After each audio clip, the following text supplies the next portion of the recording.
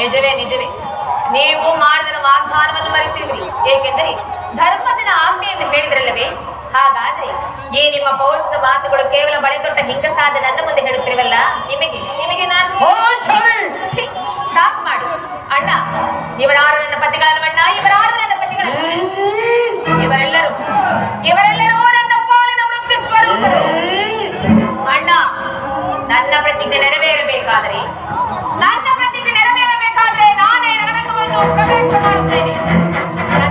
ಅವರೆಲ್ಲರನ್ನು ಸಂಹರಿಸಿ ಈ ನನ್ನ ಬಿಚ್ಚಿರುವ ಮುಡಿಯನ್ನು ನಾನೇ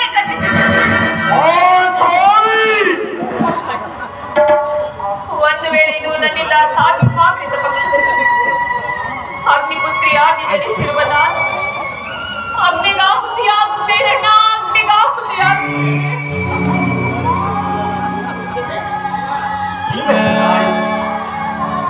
ಸಹಜ ರೈವರ ಅಭಿಪ್ರಾಯವೇ ಒಂದು, ತಂಗಿ ದ್ರೌಪದಿ ಅಭಿಪ್ರಾಯವೇ ಒಂದು.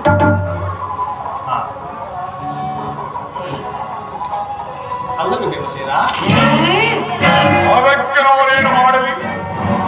ಅದಕ್ಕೆ ನೀನೇನು ಮಾಡಿಯೇ? ದ್ರೌಪದಿ ಅಭಿಪ್ರಾಯವು ಬೇರೆ ಆಯ್ತಲ್ಲ ಎಂದು ಕೇಳಿದನಷ್ಟೇ. ಈ ಒಳಗೆ ಹೇಳಿದನು, ನೀನು ಕೇಳಬೇಕೋ?